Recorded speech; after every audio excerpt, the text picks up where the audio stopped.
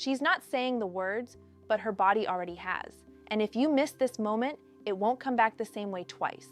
Listen carefully, because this is where most people get it wrong. They think desire is loud. They think it announces itself. They think intimacy shows up wearing obvious signals like a sign on a door that says, "Come in." But real attraction doesn't work like that. Real attraction hides behind everyday behavior. It wears the costume of small things, and those small things, when you understand them, change how you see every interaction you've ever had. The first sign isn't about touch, it's about space. When a woman wants intimacy with you, she starts shrinking the distance between your worlds, not just physically, but emotionally. She doesn't just stand closer, she lets you closer. Her stories get more personal, her tone gets softer, her pauses get longer. She isn't rushing to fill silence anymore because silence with you feels safe. Silence becomes a bridge instead of a wall. Watch how she reacts when the room gets quiet. If she doesn't escape it, if she leans into it, that's not accident. That's comfort mixed with curiosity. And comfort mixed with curiosity is the emotional doorway to intimacy. Here's the part nobody teaches you. This is not about confidence tricks or clever lines. It's about whether she feels seen instead of judged. When she wants intimacy, she starts revealing pieces of herself that she normally keeps locked. Frustrations, fears, small insecurities disguised as jokes. She's testing something very specific. Can you hold this without trying to fix it? Can you hear it without using it? Most people fail right here. They rush to advice. They rush to solutions. They rush to show strength. But intimacy doesn't grow from strength. It grows from presence, from staying with what she says instead of running away from it. You'll notice her questions change too. They stop being polite and start being personal. Not invasive, but intentional. She wants to know how you think, not just what you do. She listens differently. Her eyes don't scan the room while you talk. They stay, they settle, they study. That's not boredom, that's interest, that's waking up. And here's the uncomfortable truth. When this sign appears, timing matters. If you ignore it, she won't repeat it louder. She'll pull it back. People don't keep offering emotional closeness when it isn't recognized. They close the door quietly and call it being busy. They change tone and pretend nothing shifted. But something did. This is why so many people say, "I don't know what went wrong." What went wrong was invisible. It was missed. It was a moment when closeness was offered and not met. So if you ever feel like someone is letting you into their inner world instead of just their schedule, pay attention. That's not random. That's not friendship by default. That's attraction choosing a safer language before it chooses a physical one. And the danger isn't misreading it. The danger is treating it casually. Because when emotional doors open, they don't stay open forever. They wait for awareness. They wait for maturity. They wait for someone who understands that intimacy always begins in the mind before it ever reaches the body.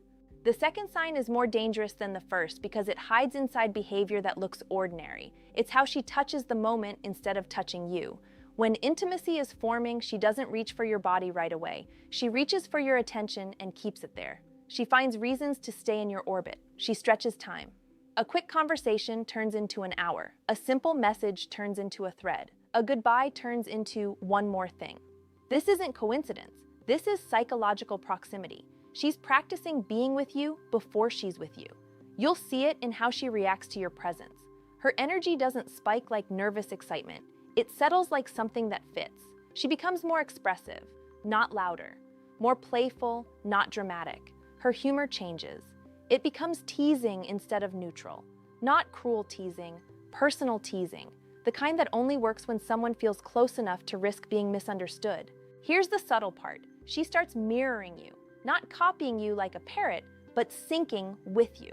If you slow down, she slows down. If you soften your voice, she softens hers.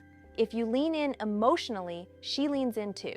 Humans don't do this consciously. We do it when we feel connected and safe at the same time. Attraction alone creates tension. Safety alone creates comfort. But when both exist together, intimacy starts knocking. Watch how she reacts to small boundaries. If you say no to something minor, does she respect it without pulling away? That's huge. Because when a woman wants intimacy, she's paying attention to whether closeness will cost her dignity. She's asking, without words, if I move closer, will I still be myself? This is where many people sabotage everything. They think intimacy means pressure. They think it means speed. They think it means proving something. But intimacy isn't built by taking. It's built by not taking too much. It grows when she feels like choosing you is still her choice. Another quiet signal is how she talks about other men. Not to make you jealous, but to make something clear. Either she stops mentioning them altogether, or she describes them like background noise. When desire is forming, the emotional spotlight narrows. You don't hear comparisons. You hear absence. That absence isn't emptiness, it's focus. And then there's eye contact. Not the obvious staring kind. The kind that lingers half a second longer than necessary. The kind that shows up during laughter and doesn't leave immediately. The kind that checks your reaction after she says something risky. Eyes do that when someone wants to know, did that move us closer?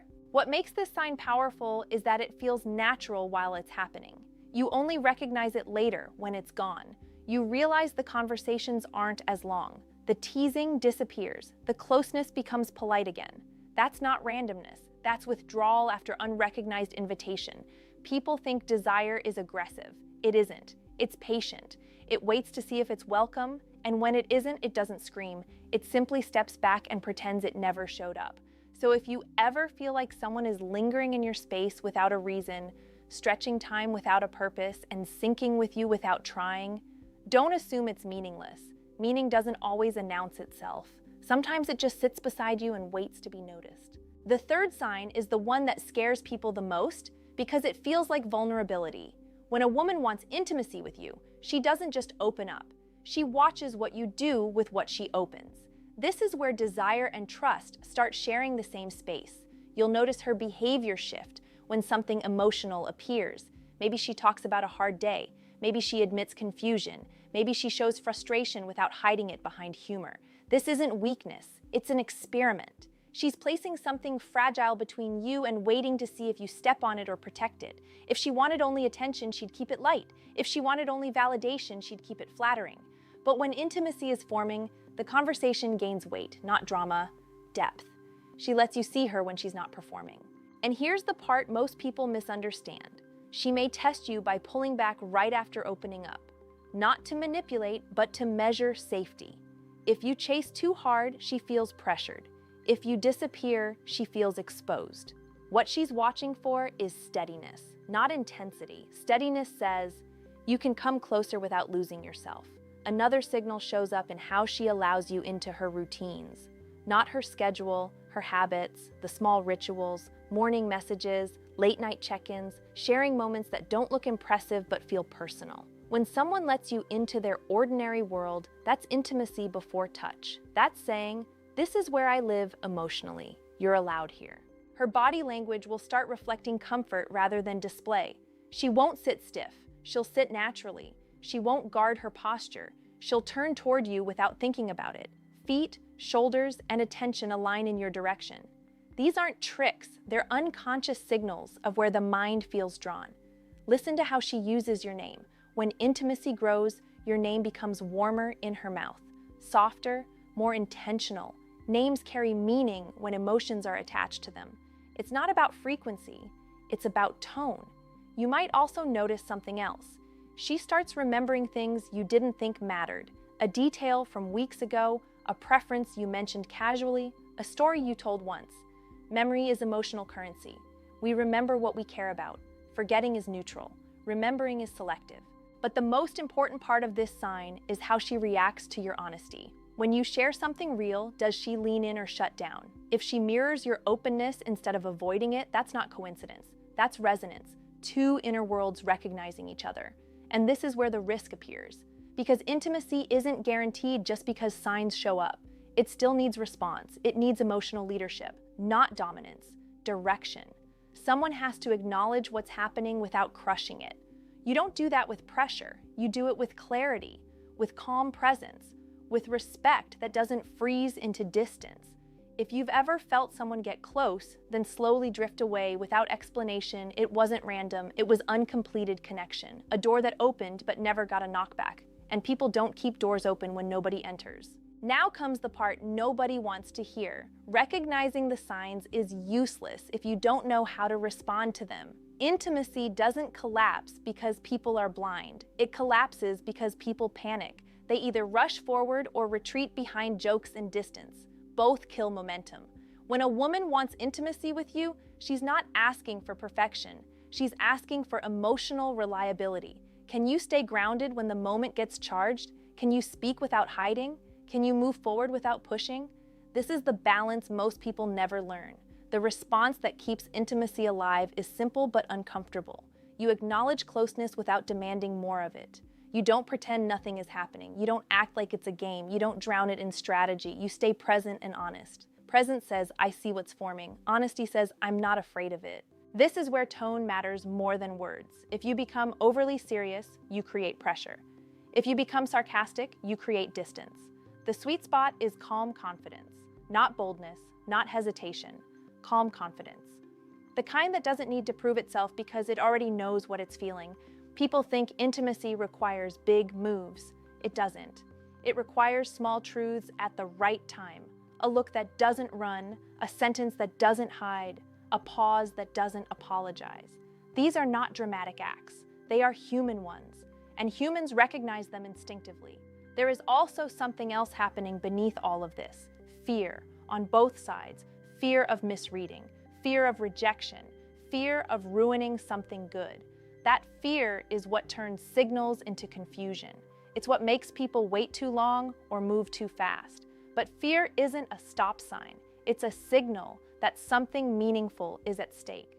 If you handle these moments with respect, something powerful happens. She doesn't feel chased. She doesn't feel ignored. She feels chosen. And being chosen without being cornered is the emotional foundation of intimacy.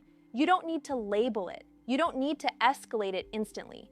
You just need to stop pretending it's nothing.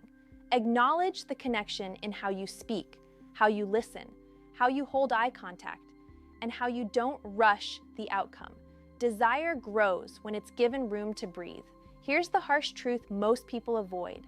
Not every sign leads to intimacy, but every real chance dies when it's mishandled. And mishandling usually looks like pretending you don't see what you clearly feel. So the next time someone lets you closer than usual, stretches time with you, opens something personal in your presence, don't act like it's random.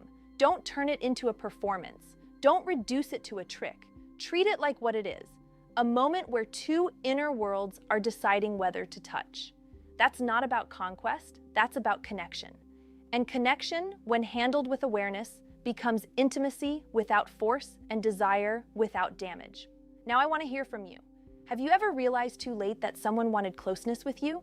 Or have you been the one who pulled back when you weren't met halfway? Tell your story in the comments. If this opened your eyes even a little, hit like, subscribe for more psychology like this, and share this video with someone who needs to hear it before they miss their moment.